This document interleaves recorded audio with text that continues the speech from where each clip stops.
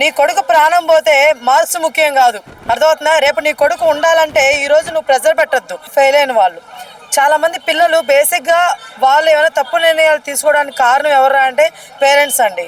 వాళ్ళ ప్రెజర్, ఎందుకంటే అవతలోడు వాళ్ళ పక్కింటి వాళ్ళ కొడుకు ఎందుకు తెచ్చుకున్నారు, నువ్వేంట్రా ఏం తెచ్చుకోలేకపోయావు, అది ఇది.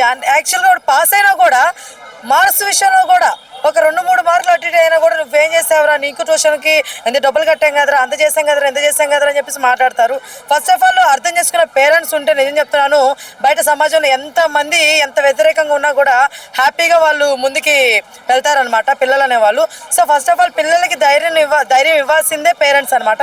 అలాంటి పేరెంట్స్ వీళ్ళ మీద ప్రెజర్ పెట్టి రుద్దుతున్నారండి, బేసిక్గా రుద్దుతున్నారు. అవతల వాడు 500 తెచ్చుకున్నాడంటే నువ్వెందుకు 499 వచ్చింది, నీకు ఇంకో మార్క్ ఎట్టిపోయిందని అడుగుతున్నారు. అరే తను ఆ 499 అయినా సాధించాడురా, నా కొడుకు అంటే తనకి ఇంతవరకే అనేది లేకుండా వాడు ఎంతో కొంత కష్టపడి ఇంకా ఎక్కువ మార్క్స్ తెచ్చుకున్నా కూడా వాళ్ళకి అది కూడా సరిపోవట్లేదు అంటే పేరెంట్స్ అసలు ఏమవుతుంది పేరెంట్స్కి నాకైతే అర్థం కావట్లేదు. ఎందుకంటే అమ్మ ఒక విషయం చెప్తా, నీ కొడుకు ప్రాణం పోతే మార్క్స్ ముఖ్యం కాదు, అర్థమవుతుందా? రేపు నీ కొడుకు ఉండాలంటే ఈ రోజు నువ్వు ప్రెజర్ పెట్టద్దు, అర్థమవుతుందా? ఈ రోజు ఒక మార్క్ కోసం నీ కొడుకు ప్రాణాలు పోతున్నాయి. ఎందుకురా అంటే నువ్వు పెట్టే ప్రెజర్. అవతల వాళ్ళు తెచ్చుకుంటారు, యువతల వాళ్ళు కాదు కదండి, మీరు కదా మీ కొడుకు అన్నం పెట్టేది, రేపు మీ కొడుకు కదా మీకు అన్నం పెట్టేది. అవతల వాళ్ళు పెడతారా, యువతల వాళ్ళు పెడతారా? పోనీ ఇవన్నీ పక్కన పెడితే చదువుకున్న వాళ్ళ గురించి చెప్దామండి. బీటెక్లో మంచి ర్యాంకులు తెచ్చుకున్న వాళ్ళు ఉన్నారు, డిగ్రీలో మంచి ర్యాంకులు తెచ్చుకున్నారు, పీజీలు చేస్తున్నారు. ఇంత మంచి ర్యాంకులు తెచ్చుకొని కూడా స్టిల్ ఇప్పుడు జాబులు లేక రోడ్డు మీద తిరుగుతున్నారు చాలా మంది. సో ఇలాంటివి కూడా మనం చూస్తూ ఉన్నాము. ఇలా చూస్తున్నా సరే ఇంట్లో ఉన్న పేరెంట్స్ తెలియదండి, ఇప్పుడు ఇలా బాధలు పేరెంట్స్ తెలియదు. బయటకు వచ్చేసి పాపం ఇక్కడ నిజం చెప్తాను, హైదరాబాద్ చాలా మంది వచ్చి కోచింగ్లు అని చెప్పేసి నానా కష్టాలు పడి వాళ్ళకి ఎవరికో బ్యాక్ డోర్ అని చెప్పేసి కొన్ని ఉంటాయన్నమాట. డబ్బులు కడితే అంత చేపిస్తాం, ఇట్లా తొందరగా జాబ్లు ఇప్పిస్తాం, అది అని చెప్పేసి వాళ్ళ మాటలు నమ్మి ఇంట్లో వాళ్ళ ప్రజలు తట్టుకోలేక ఇంట్లో వాళ్ళ ప్రజలు తట్టుకోలేక డబ్బులు ఇట్లాగా ర్యాపిడోలు కూడా కొంతమంది అయితే పాపం అంటే ఇంట్లో చెప్పలేక జాబ్ చేయట్లేదని చెప్పలేక డబ్బులు పంపించాలి, ఎలా అయితే ఏముందిలే అని చెప్పేసి కొంతమంది అయితే నిజం చెప్తున్నాను ర్యాపిడోలు కొట్టేసి నేను ఇక్కడ ఒక జాబ్ చేస్తున్నాను లేమని చెప్పేసి అబద్ధాలు చెప్పుకొని నిజం చెప్తాను ఫుల్ ఫ్లెడ్జ్డ్గా వాళ్ళ అన్ను కూడా తినట్లేదండి మంచిగా. ఇలాంటి వాళ్ళు కూడా నేను చూశానండి, నాకు తెలిసిన వాళ్ళని కూడా చూస్తున్నాను. నేను చాలా కష్టాలు పడుతున్నారు, చాలా సఫర్ అవుతున్నారు. సో దయచేసి నేను ఒకటే చెప్తున్నాను, పేరెంట్స్కి వీళ్ళ మీద ప్రెజర్ పెట్టద్దు, పిల్లల మీద ప్రెజర్ పెట్టద్దు. నాన్న మేము ఉన్నాము నువ్వేం చేసినా మేము ఉన్నాము అని చెప్పి ఒక చిన్న ఒక ధీమా వాళ్ళకి ఇస్తే నిజం చెప్తున్నాను ఏదైనా వాళ్ళు సాధించగలుగుతారండి. అదే అండి, చుట్టాలదే ఉంది లేదా పక్కింటి వాళ్ళదే ఉంది చెప్పండి. ఈ రోజు మాట్లాడతారని మనం ఒక తప్పు చేసినా కూడా ఈ రోజు మాట్లాడతారు, మా అయితే వారం రోజు మన టాపిక్ నడుస్తుంది, తర్వాత రోజు మళ్ళీ ఇంకొక ఎల్లమ్మ పుల్లమ్మ ఇంకోటి ఏదో చేసిందంటే అటు వెళ్ళిపోతుంది టాపిక్. అలాంటి వాళ్ళ కోసం మనం చెప్పండి, అలాంటి వాళ్ళ కోసం మన పిల్లల ప్రాణాలు పోగొట్టుకోవాలా చెప్పండి?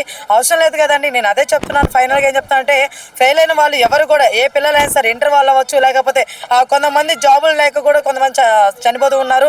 సో ఇలాంటివన్నీ చేయొద్దు, తప్పుడు నిర్ణయాలు తీసుకోవద్దు.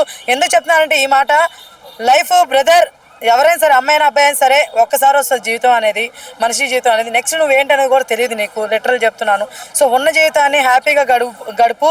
ఇంకో విషయం ఏందిరా అంటే ఇది కూడా చెప్తున్నాను, నీకు ఒక కష్టం వస్తుంది, ఈ కష్టాన్ని నువ్వు ఫేస్ చేసి కొంచెం తట్టుకొని నువ్వు ముందుకెళ్ళావు అంటే ఖచ్చితంగా నీకు సక్సెస్ అనేది ఉంటుంది. ఈ కష్టం అనే ఫేజ్ నువ్వు భయపడిపోయి ఈ రోజు నువ్వు చచ్చిపోతే నిజం చెప్తున్నాను తర్వాత లైఫ్ ఎండ్ అనేది ఏమి ఉండదు. కానీ ఒకటి చెప్తున్నాను, దేవుడు కష్టం ఇచ్చాడు నాకు ఇదే కష్టం ఇస్తున్నాడు అంటే చాలా రాంగ్. ఖచ్చితంగా మార్పులు ఉంటాయి, ఫ్యూచర్లో మంచి సక్సెస్ ఉంటుంది. ఈ కష్టమైన ఫేజ్ని కొన్ని రోజులు ఇస్తాడు, దాన్ని నువ్వు దాడి చూడు, నిజంగా బ్యూటిఫుల్ లైఫ్ ఉంటుంది.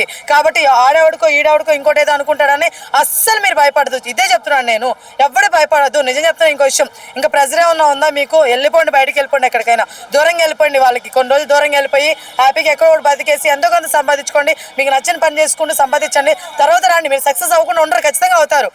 దాని తర్వాత రండి ఇంటికి తిరిగి, అప్పుడు రండి, అప్పుడు చూపించండి మీరేంటనేది. అంతేగాని చచ్చిపోవడం అనేది కరెక్ట్ కాదు, తప్పుడు నిర్ణయాలు తీసుకోవద్దండి.